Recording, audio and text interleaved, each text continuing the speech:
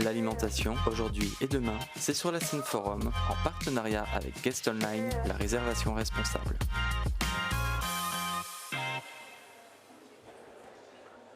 Bonjour à toutes et à tous. Je suis ravie de vous retrouver aujourd'hui pour cette troisième journée du festival Omnivore qui explore les horizons engagés. Et aujourd'hui, on va aller du côté de l'Afrique, explorer les cuisines africaines. Donc Afrobeat, c'est le thème de la journée qui va être décliné un peu partout sur le festival. Je suis ravie d'accueillir mes invités. On aura Étienne Bilois qui va se joindre à nous aussi un peu plus tard dès qu'il aura trouvé le chemin jusqu'ici. Mais on va commencer parce que le programme est dense ce matin. Avant de vous présenter, je voulais, en guise d'introduction, mettre un peu dans l'ambiance. En tout cas, moi, c'est ce que j'ai fait quand j'ai préparé ces tables rondes. J'ai écouté Fela Kuti, parce que Afrobeat, et lui, c'est le pape nigérian de l'Afrobeat. Je me suis mis Fela Kuti dans les oreilles et j'ai commencé à imaginer ce qu'il mangeait, qu'est-ce qu'il aimait manger, est-ce qu'il cuisinait, qu'est-ce qu'il faisait. Donc, mon imaginaire m'a amené vers, je me suis dit, est-ce qu'il mange du poulet frit? Est-ce qu'il mange des plats en sauce revigorants avant de monter sur scène? Est-ce qu'il mange des plats pimentés, des plats épicés? Et en fait, je me suis rendu compte que j'étais vraiment dans le cliché et que j'avais encore beaucoup de choses à apprendre sur les cuisines africaines parce que j'ai lu une interview de son fils qui disait qu'en fait, il était fan de glace et de gâteaux. Voilà, donc tout faux.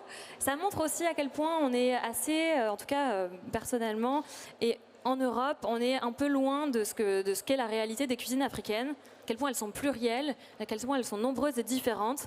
Je rappelle aussi que l'Afrique, c'est un continent qui regroupe 54 pays, qui est grand comme combien de fois l'Europe, selon vous? On va faire un petit quiz pour vous réveiller. Ceux qui savent, 5 fois l'Europe, non? 3 fois l'Europe, exactement, bravo. Vous avez gagné la reconnaissance, ma reconnaissance éternelle. 3 fois l'Europe, donc c'est quand même un continent qui est très très étendu, 54 pays, et donc autant de cuisines différentes, ou presque, des langues, des croyances, des habitudes. On doit beaucoup aussi à l'ascension fulgurante de personnalités comme Maurice Sacco ou Georgiana Vieux, mais aussi aux personnes passionnées qui sont autour de cette table, dans la mise en lumière de l'alimentation de ce continent. Et je suis ravie qu'aujourd'hui, sur Omnivore, on puisse explorer, on puisse continuer et prolonger cette mise en lumière. Moi, je suis Lorraine Petit, je suis journaliste spécialisée des questions alimentaires. Et donc, je vais présenter mes invités. Anto Cocagne, chef et animatrice de plusieurs émissions sur la chaîne Cuisine, autrice du livre Goût d'Afrique, véritable ambassadrice des cuisines africaines et présidente du festival We Eat Africa. Rien que ça. Et Axel Mbecha Tiezan, cofondateur de Chefs in Africa, avec Dieuvei Malonga, qui va faire son entrée sur la grande scène aujourd'hui, et qui est une plateforme qui valorise et met en réseau des personnalités montantes de la gastronomie africaine. Merci à tous les deux d'être avec moi aujourd'hui. Axel, pour commencer, est-ce que tu peux nous dire un mot sur le projet des cuisines africaines, c'est un projet itinérant dans plusieurs villes, et qui a abouti à une publication dédiée dans la revue Papy, que j'ai ici, qui est un peu annotée et que j'ai pas mal potassé pour venir. Et donc avec qui on a conçu main dans la main la programmation de la journée. Est-ce que tu peux nous dire un mot sur ce projet itinérant? Ok, super. Bonjour à tous. En effet, le projet Les Cuisines Africaines s'est construit donc, dans le cadre de la saison Africa 2020. Donc, pour faire simple, la saison Africa 2020 a été initiée par le président Emmanuel Macron, donc dans l'esprit de pouvoir présenter à la France ce qu'est l'Afrique, donc l'Afrique contemporaine, mais aussi pour ambition de pouvoir porter justement ou représenter aussi bien ce que sont les Africains qui vivent en Afrique que les Africains qui sont dans la diaspora française. Et dans le cadre global justement de cette saison Africa 2020, il y a eu une ponctuation culinaire qui a été portée par les cuisines africaines. Cette ponctuation culinaire-là, c'est axé sur, on va dire, une question majeure, une question autour de l'identité des cuisines africaines. Et sur cette question-là, donc, on a mis en place une programmation qui a parcouru 5 villes de France, Calais, Marseille, Clermont-Ferrand et bien d'autres. Et l'idée, c'était de pouvoir, à travers des ateliers, à travers des plateaux radiophoniques, à travers des dîners, dégustations, différents types d'expériences autour des cuisines africaines, mais également on va dire, il y avait une partie méthodologique, une partie recherche, donc pouvoir questionner, et où on a pu réunir justement sur des plateaux des chefs, des scientifiques, des artistes autour des questions des cuisines africaines. Et de toutes ces discussions-là est venu justement ce magnifique livre. Donc le projet a été porté par les grandes tables, donc ICI, et la mission française pour le patrimoine gastronomique, ainsi que Chef in Africa, donc l'organisation dont je suis cofondateur. Et on a abouti sur ce magnifique livre. Donc on remercie ici justement les revues Papyr, donc avec Gérard Alemandou et Mayalène Soubaïla, qui a coordonné justement la rédaction de cette magnifique revue que j'ai entre les mains. Et dans cette revue, vous trouvez effectivement un condensé de ce qui a été dit durant ces plateaux, mais au-delà justement un travail de recherche qui a été fait par Mayalène. Merci beaucoup. Oui, c'est une mine d'informations, effectivement. Il y a beaucoup de contenu très intéressant sur des ingrédients particulièrement, le gombo, le millet, le souché, des personnalités aussi inspirantes. Donc c'est vraiment une mine d'informations. On aura l'occasion de revenir sur Chefs in Africa. Tu nous diras un mot sur ce que vous y faites. Mais d'abord, je voulais donner la parole à toi, Anto. Créer des événements festifs comme celui-ci ou comme ceux que tu portes avec We Eat Africa, en quoi est-ce que c'est important? Est-ce que tu penses qu'il y a quelques années, on n'aurait pas eu l'espace pour en parler autant et que ça n'aurait pas peut-être intéressé autant de monde? Là, je vous vois nombreux un lundi matin. Merci d'ailleurs. En quoi tu penses qu'il y a maintenant un espace qui se crée pour ces contenus sur les cuisines africaines? Bonjour à tous encore. Je dirais qu'il y a un espace aujourd'hui parce que c'est le moment de l'Afrique. Et le chef Thierry Marx l'a dit déjà que l'Afrique c'est le dernier continent, et il parlait de l'Afrique subsaharienne, le dernier continent à découvrir en matière de gastronomie. Et c'est vrai qu'en 2017, avec mon associé, en fait, on avait un magazine de cuisine, Afro Cooking, qui mettait en lumière toutes les cuisines d'inspiration africaine, donc qu'elles soient d'Afrique ou des Caraïbes. Et on a travaillé avec les Galeries Lafayette, qui à l'époque faisaient un événement qui s'appelait Africa Now. C'était une campagne sur 3 mois. Et par rapport à cet événement, pendant 3 mois, je donnais des ateliers de cuisine. Il y avait des expositions à Lafayette Gourmet sur le boulevard Haussmann.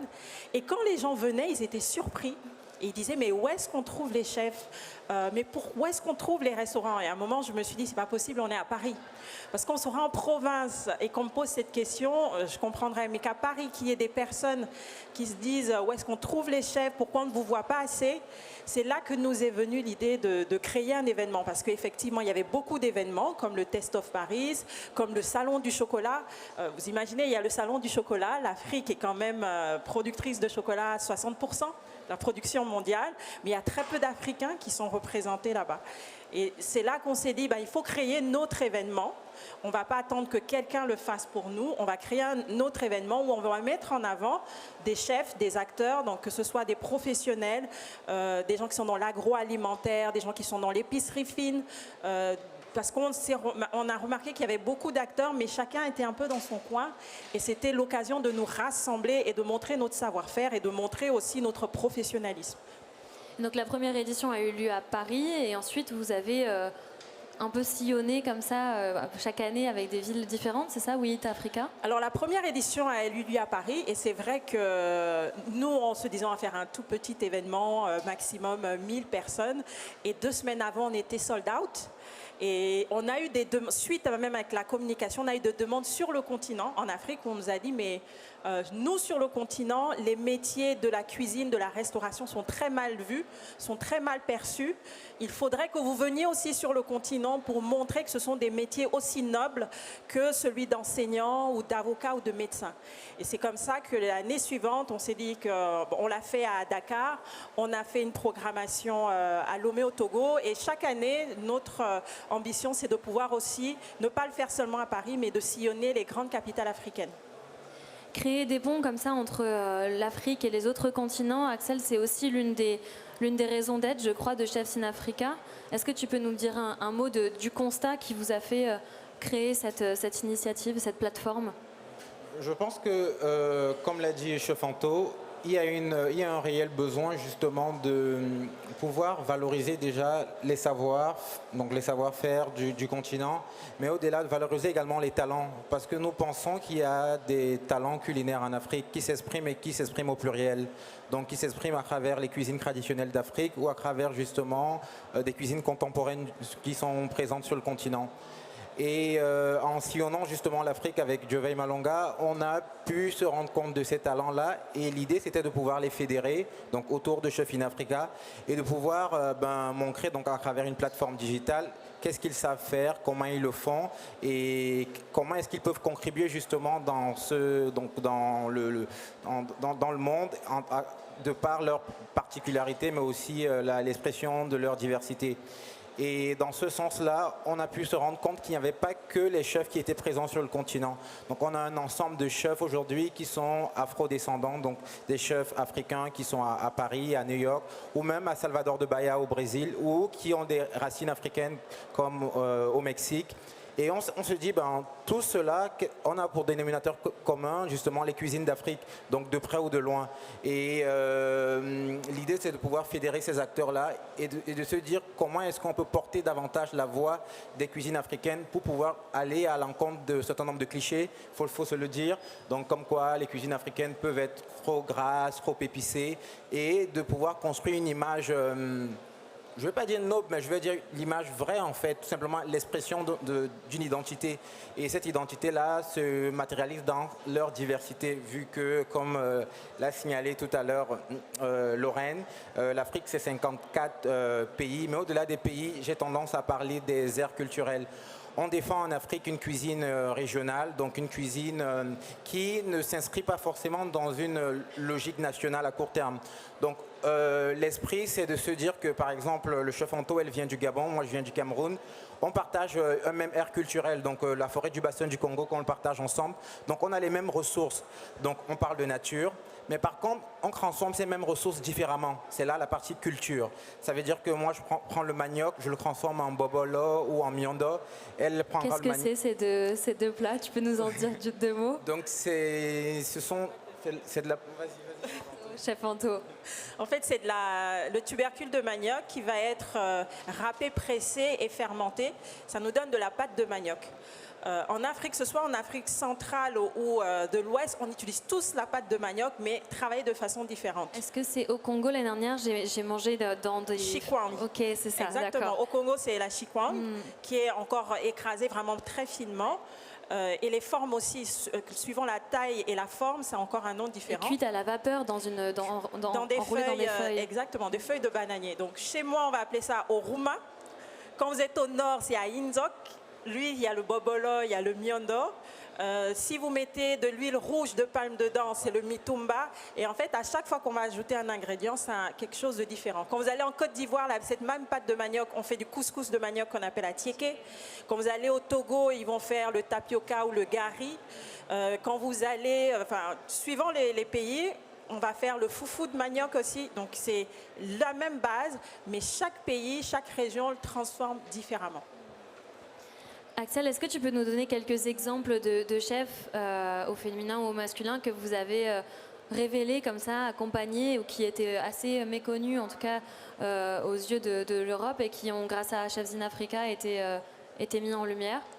Est-ce que tu as des histoires à nous raconter? Non, mais on prend un exemple tout récemment. Donc, durant le projet Les Cuisines Africaines, on a porté à Tours avec Glory Kabé, donc qui est aujourd'hui une chef en vogue. Vous pouvez la suivre sur Instagram. Glory Kabé, c'est une chef qui s'est axée autour de l'afro-véganisme. Elle porte, on va dire, une cuisine africaine contemporaine, mais avec pour base tout ce qu'aujourd'hui est inspirant dans le mouvement soft cooking, on va dire ça comme ça. Donc en mettant en avant justement les légumineuses comme le niébé, en mettant en avant les légumes. Donc aujourd'hui, le niébé qui est un petit haricot oui, blanc qui sert à faire des akara, ou des beignets. Des beignets, effectivement. Donc, ou même, c'est aussi une expression, on va dire, diverse, dans le sens où les chefs, par exemple, comme Jovey, qui est basé au Rwanda, et sont l'émanation aussi du fait que sur le continent, il y a un travail de fond qui est fait et qui peut rejaillir de façon mondiale en fait.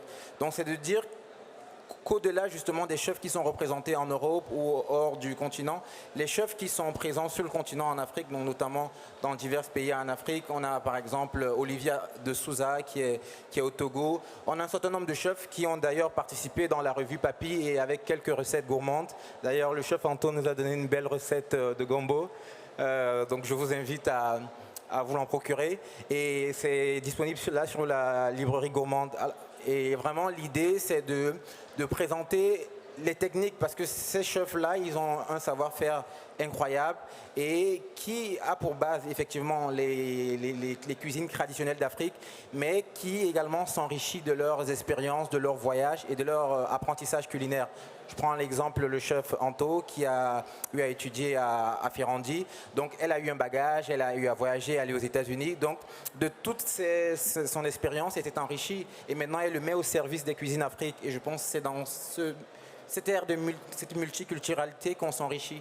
Justement, pour revenir sur la formation, tu t'es formé chez Ferrandi, tu es passé par l'Institut Paul Bocuse.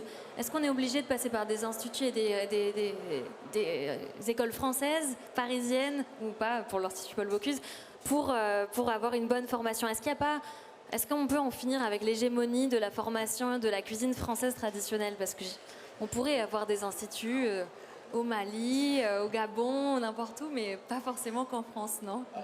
En fait, je souris parce qu'avec le directeur des Grandes Tables, Fabrice Lescret, nous avons déjà eu à avoir cette discussion autour justement des écoles, d'une alternative. Et cette alternative-là est possible et il faudrait qu'on puisse la mettre en place.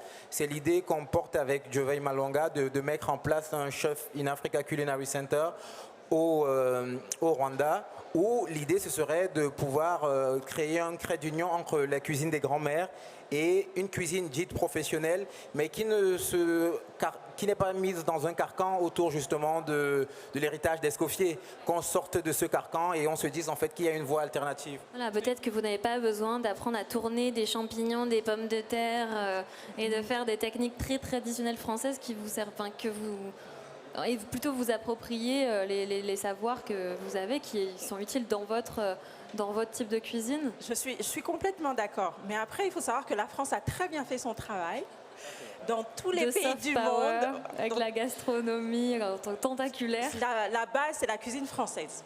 Dans tous les pays. Quand vous allez au Gabon, dans mon pays, les écoles de cuisine, on apprend la cuisine française. Ce qui serait une aberration en France, par exemple, d'apprendre une cuisine du Gabon. Voilà. Donc vous apprenez la cuisine française et la cuisine du pays, vous l'apprenez à la maison. Donc c'est pour ça que des collectifs comme les nôtres existent, pour aussi réveiller même les autorités de ces pays-là, pour dire que nous avons des richesses. C'est vrai que le bagage que nous avons en ayant étudié dans différentes écoles en Europe, en Occident, on apprend des techniques, effectivement, mais il faut, et ça, il y a une vraie demande, notamment des jeunes sur le continent africain, ils nous disent à chaque fois, il nous manque la formation. On a besoin de formation. Tout le monde n'a même pas la chance, que nous, on a eu la chance d'aller au village, d'apprendre, voir la grand-mère, comment elle travaille certains produits, des secrets encore qui sont très gardés aujourd'hui. Tout le monde là-bas même n'a pas cette chance-là. Et c'est à nous aussi, en tant que professionnels, de trouver même les bons partenaires pour pouvoir créer ces écoles-là, parce que pour l'instant, ça n'existe pas. J'ai entendu dans le podcast Elle, sa table, dans lequel tu as été invité, que tu as eu du mal à... Vous m'entendez encore? Non. Junior, merci pour le son. Tu as eu du mal à monter ton projet de restaurant au Gabon comme tu voulais le faire. Oui. Est-ce que tu peux nous dire deux mots de ça et pourquoi aujourd'hui c'est encore difficile, alors que tu t'étais formé, que tu avais de la notoriété en France, que tu avais mené ton bout de chemin ici, de retourner et de donner aussi à ton tour tes connaissances au reste du pays et que en fait voilà, tu t'es heurté à plusieurs freins. Est-ce que tu peux nous raconter un peu cette histoire? Alors c'est vrai que moi j'arrive en France, alors cette année ça fait 20 ans, en 2002, et mon projet c'était de venir dans une école de cuisine française, me former, faire mon expérience avec des chefs et repartir au Gabon pour pouvoir travailler la cuisine du pays. C'est ça le projet de base. Et déjà avant d'arriver, lorsque je demande une bourse au Gabon, on me dit la cuisine, ce n'est pas un métier. Parce que dans l'éducation d'une jeune fille, on lui apprend à cuisiner. Donc si vous dites après que vous voulez faire de la cuisine comme métier, on vous dit, en fait, vous savez déjà cuisiner, donc vous n'avez pas besoin d'aller à l'école pour ça. Donc on m'a dit à l'époque, mais le Gabon a besoin d'enseignants, d'avocats, de magistrats, pourquoi tu ne fais pas ça? Et moi, ma passion, c'était la cuisine. Donc je suis venue à mes propres frais quand je viens en France. Et quand je finis et que je rentre, je me dis, bon, j'ai fait le tour, je rentre. Là, on me dit, quand je postule, on me dit, on ne prend pas de femmes. Et donc, je demande, mais vous n'avez pas vu mon CV? Regardez les écoles que j'ai faites. Et là, ils me disent, maintenant, une femme, ça cuisine à la maison parce que, voilà, donc, tous ces clichés liés à la femme. Et aujourd'hui, encore, dans les centres de formation en Afrique, alors ça commence à changer en France, heureusement, mais en Afrique encore, sur 100% d'élèves dans les écoles de formation, vous avez 70% de filles, mais dans les postes à responsabilité, dans les hôtels, vous avez 30% de femmes. Donc il y en a beaucoup qui arrêtent parce qu'elles pensent que travailler en restauration ou avoir des postes à responsabilité, souvent on ne les recrute pas. On se dit elles vont être enceintes, ça fait trop de chichi. Il y a aussi ce côté où les hommes ne veulent pas être commandés par une femme, ils ne veulent pas recevoir d'ordre. Donc il y a aussi ce côté-là. Et donc, qui a un côté très culturel en fait. Parce que s'ils vont dans un pays étranger qui sont commandés par une femme, ça ne les dérangerait pas. Oui, mais dans le pays, ils ont du mal. Aussi, hein. Ils le vivent très mal, encore plus quand c'est une femme qui est plus jeune, qui pourrait avoir l'âge de leur fille, qui leur donne des ordres, notamment en cuisine, donc ils le vivent mal. Donc il y a tous ces freins qui, moi, auxquels j'ai été confrontée, où je me suis dit, mais en fait j'ai fait tout ça pour rien, et qui m'ont poussée un peu à revenir en France.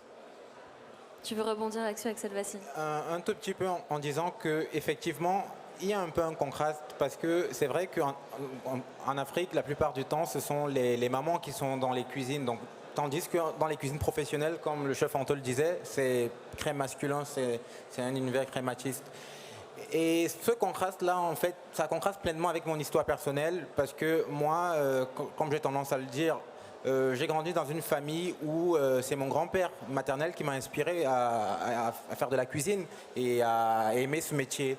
Mon grand-père maternel, c'était un homme qui était très épicurien, qui aimait manger. Quand il allait en week-end en campagne, il ramenait le gibier. Il laissait surtout pas ma grand-mère s'en occuper. Il s'en occupait par lui-même parce qu'il disait ah, elle ne va pas mettre de la bonne épice, elle ne va pas savoir. C'est de dire que justement, dans un environnement global, il peut avoir des particularités et cette particularité-là font rejaillir d'autres particularités. Donc je pense en l'occurrence avoir des cursus aujourd'hui culinaire au Cameroun, de plus en plus, on voit justement des familles qui l'admettent et qui le comprennent. Parce que pendant longtemps, un homme n'est pas en cuisine. C'est la femme qui est en cuisine, donc ça fait très cliché, mais on sort de ces clichés-là. Ça participe également à, on va dire, oui, c'est vrai, il y a une partie top show et mise en avant des métiers de cuisine qui font en sorte qu'on se rende compte que ce sont des métiers qui peuvent être valorisants. Et aujourd'hui, il y a aussi une considération des métiers de cuisine dans le cadre de la chaîne de valeur. Donc, parce que beaucoup de parents ont été fermiers, agriculteurs, donc ils comprennent finalement que tout ce qu'on a produit, il faut les transformer.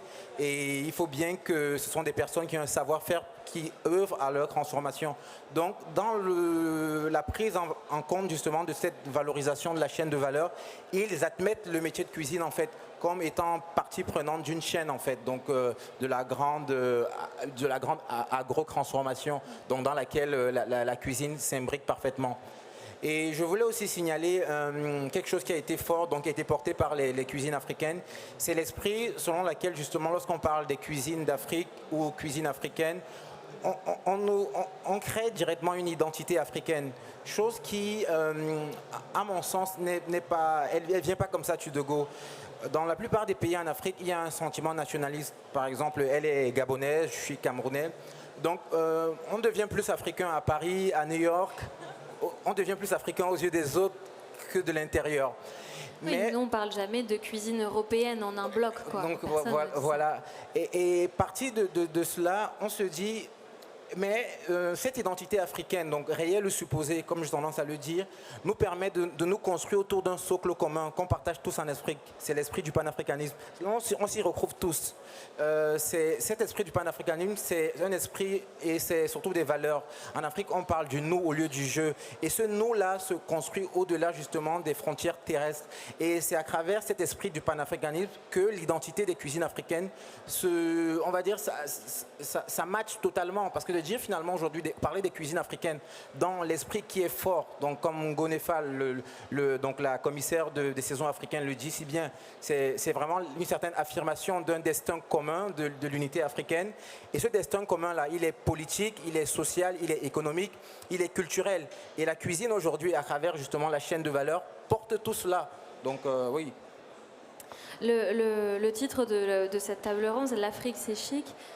Au-delà du jeu de mots, c'est aussi, on se demande dans quelle mesure on peut aussi décloisonner l'Afrique et ne pas les cuisines africaines les rapporter toujours à des cuisines traditionnelles, à des cuisines de grand-mère.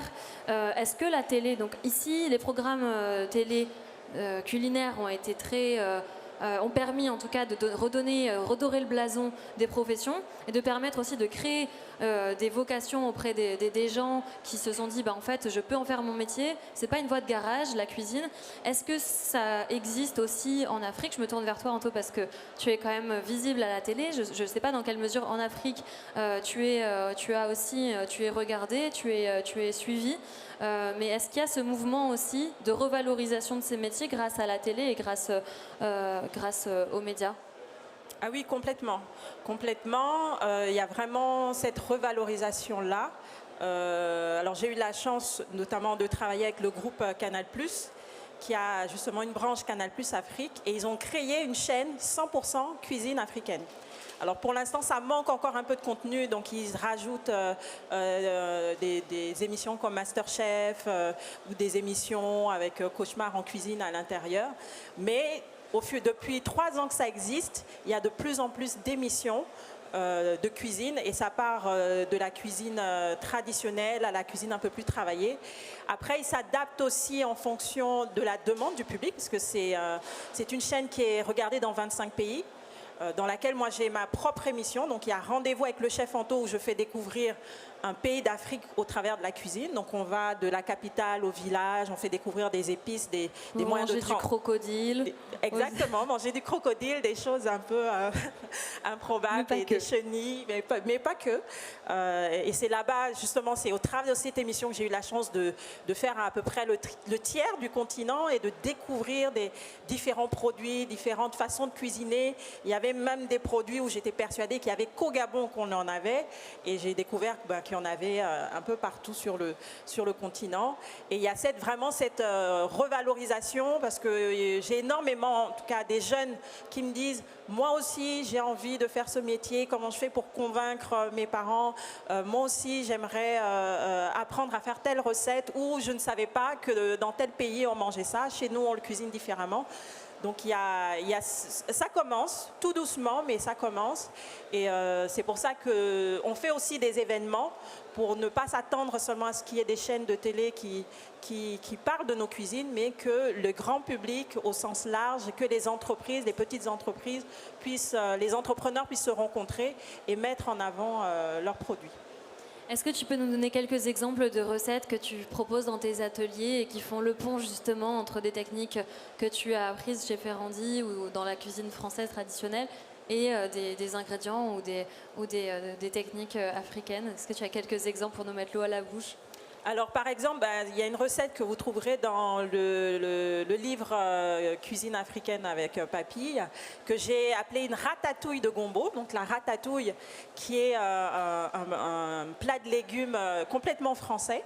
Mais j'ai remplacé en fait certains légumes que l'on a... Merci Axel. J'ai remplacé avec des légumes que l'on a complètement africains, comme l'aubergine africaine. Au lieu des aubergines violettes, on a les aubergines africaines, donc qui sont des petites aubergines qui sont rondes et un tout petit peu amères. J'ai remplacé la courgette par le gombo. parce que nous, on mange énormément de gombo. Donc cet après-midi, on va faire sur cette scène artisan avec Georgiana Viau et une productrice japonaise installée en France qui produit des gombos en Touraine. Ouais. Donc cet après-midi, je vous attends pour parler gombo sur cette même scène.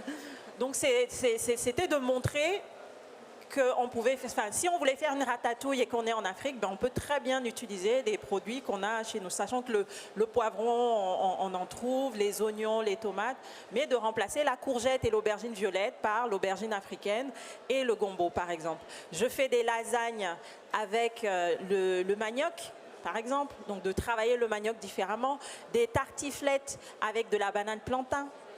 Donc c'est de montrer qu'on part d'un plat, mais moi ma démarche à chaque fois c'est de me dire comment je peux faire la même chose mais avec des produits de chez moi. Et c'est comme ça, même quand je donne des formations sur le continent, sur la créativité, parce que souvent ils sont tellement fermés sur d'autres recettes que les recettes traditionnelles, c'est de leur dire, vous partez d'une recette et la démarche c'est de se dire comment je peux faire la même recette, mais en utilisant des produits de chez moi. Donc c'est exactement ces recettes-là qui permettent de faire le pont. Ça nous donne l'eau à la bouche. Étienne Biloa nous rejoint. Bonjour, merci d'être avec nous.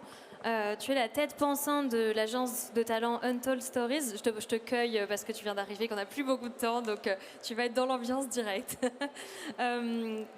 Qui se définit comme, tu m'as dit, un label de musique, mais version gastronomie, et qui accompagne des talents comme Dieuvei Malonga, dont on parlait plusieurs fois sur cette table ronde, Glory Cabé ou encore Maurice Sacco.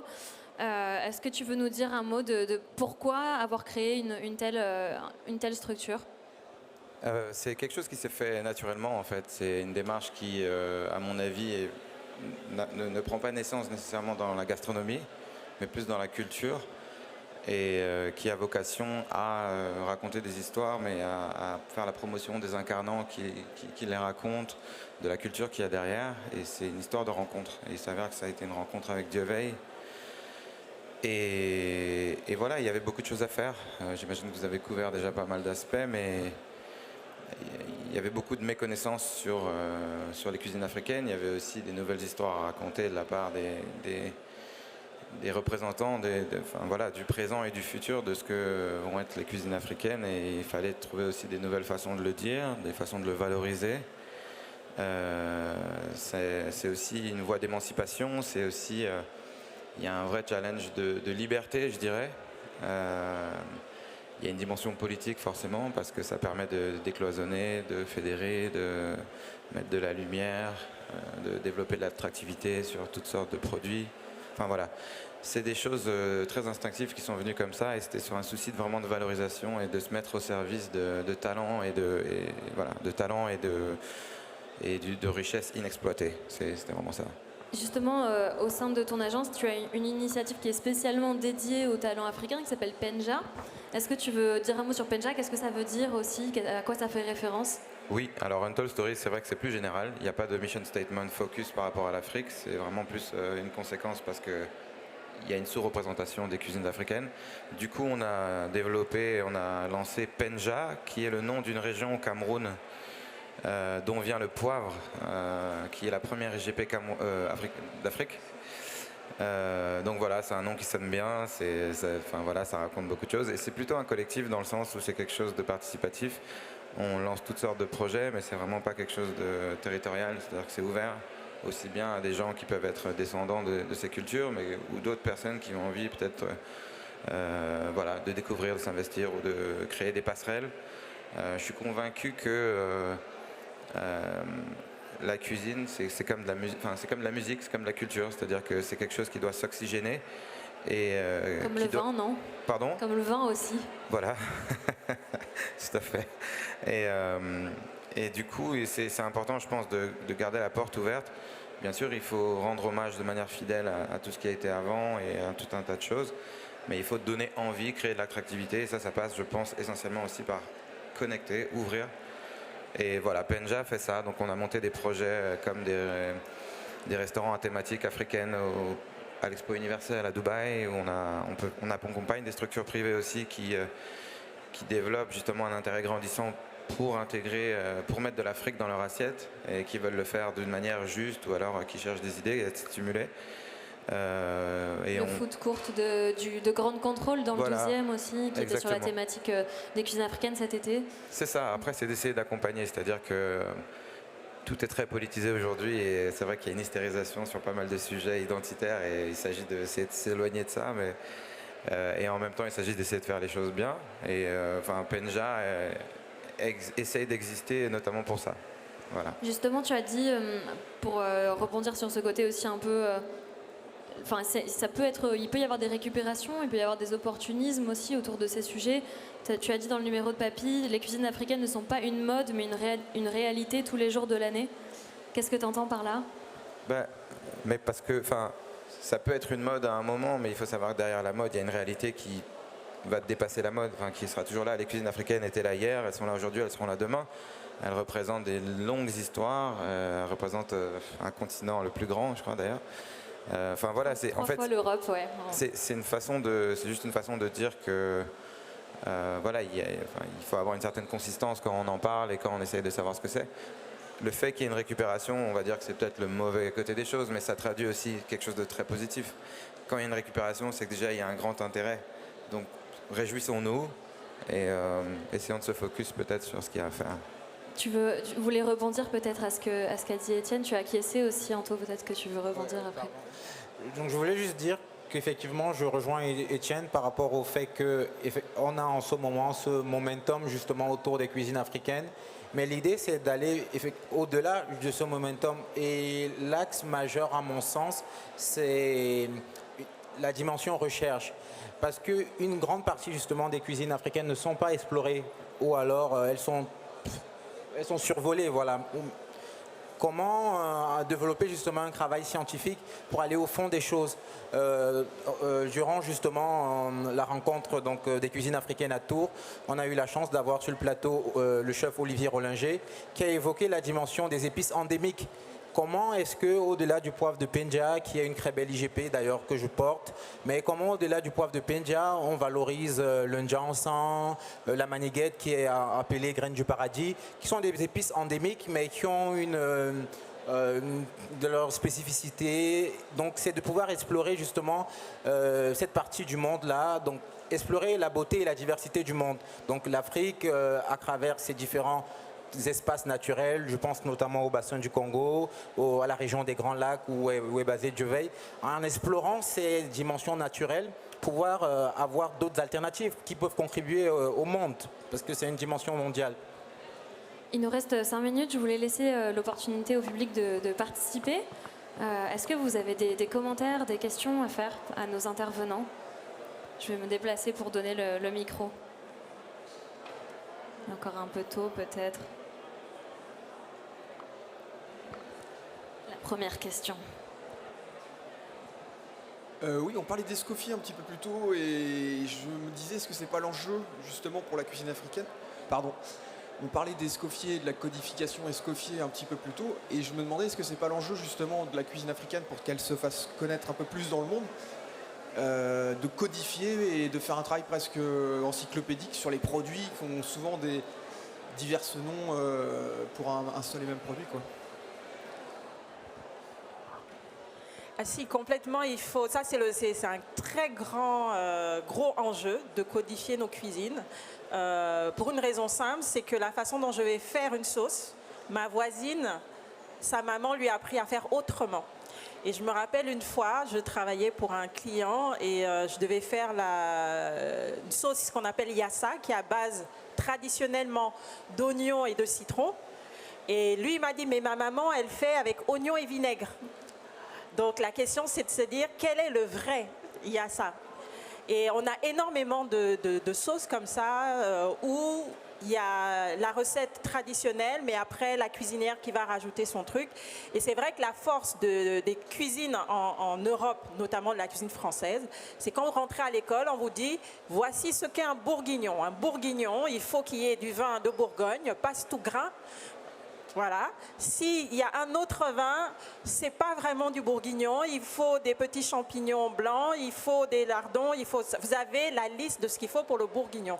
Et nous, dans nos recettes, pour l'instant, on n'a pas encore ce code. Je pense peut-être qu'il faudra qu'un jour tous les chefs du monde se rassemblent pour qu'on puisse travailler sur une nomenclature ou quelque chose, mais c'est vrai que c'est un gros enjeu. Est-ce que c'était lié aux traditions plutôt de l'oralité plutôt que de l'écrit, de la transmission orale? Je pense que c'est lié aux traditions de l'oralité, comme tu l'exprimes. Et au-delà, il y a un travail de recherche autour du patrimoine, en fait. Et comment est-ce qu'on inscrit ce patrimoine dans du marbre? Je pense que c'est ce travail qu'on a commencé. Maintenant, l'idée, c'est d'aller sur le continent et faire cette recherche sur place.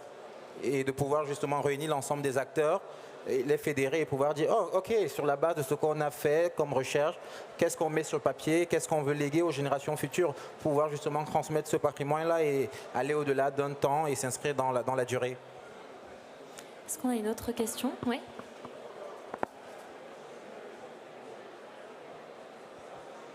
C'est une simple remarque. Il faut faire attention au vrai. Le vrai. Est-ce que c'est la recette de Bourguignon d'Escoffier? Il a fait un glacis sur cette recette. Parce que les deux recettes que vous citez ont le droit d'exister, que ce soit citron ou vinaigre.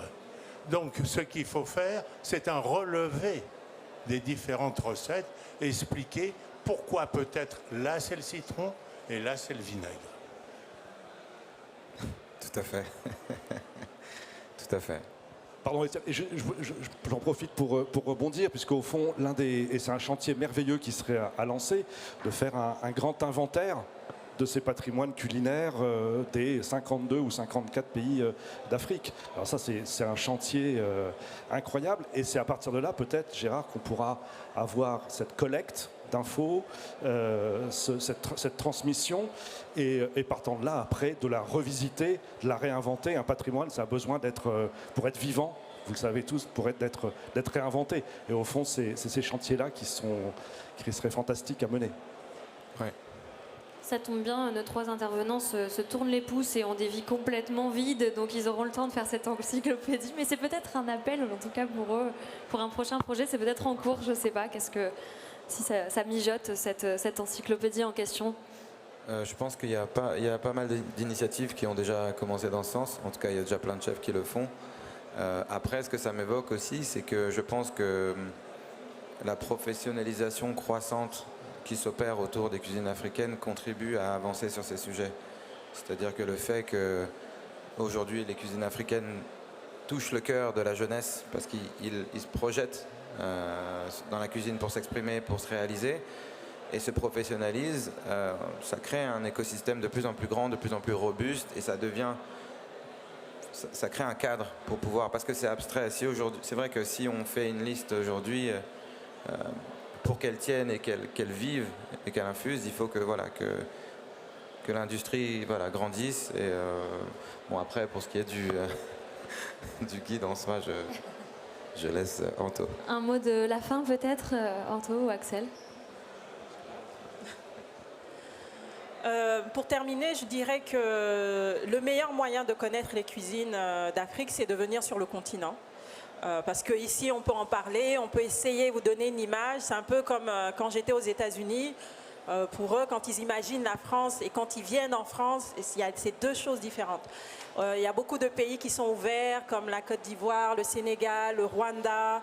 Je pense que le meilleur moyen de pouvoir vraiment découvrir nos cuisines, c'est de venir sur le continent. Parce que pendant trop longtemps, les gens nous ont regardés de loin, mais il faut venir nous voir, prendre son billet et venir passer en vacances.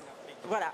Merci beaucoup. En tout cas, je trouve ça génial aussi de pouvoir, sans prendre l'avion, à vous avoir aussi et faire en sorte de faire venir à nous les cuisines africaines. Tout le monde ne peut pas et ne veut pas forcément aller là-bas, même si c'est un appel et qui donne très envie. En tout cas, merci à tous les trois d'être venus, de vous avoir donné de votre temps ce matin pour nous parler.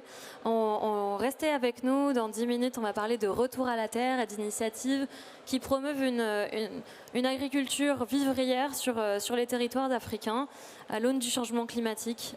Donc restez avec nous, je suis ravie en tout cas d'être là. Merci beaucoup.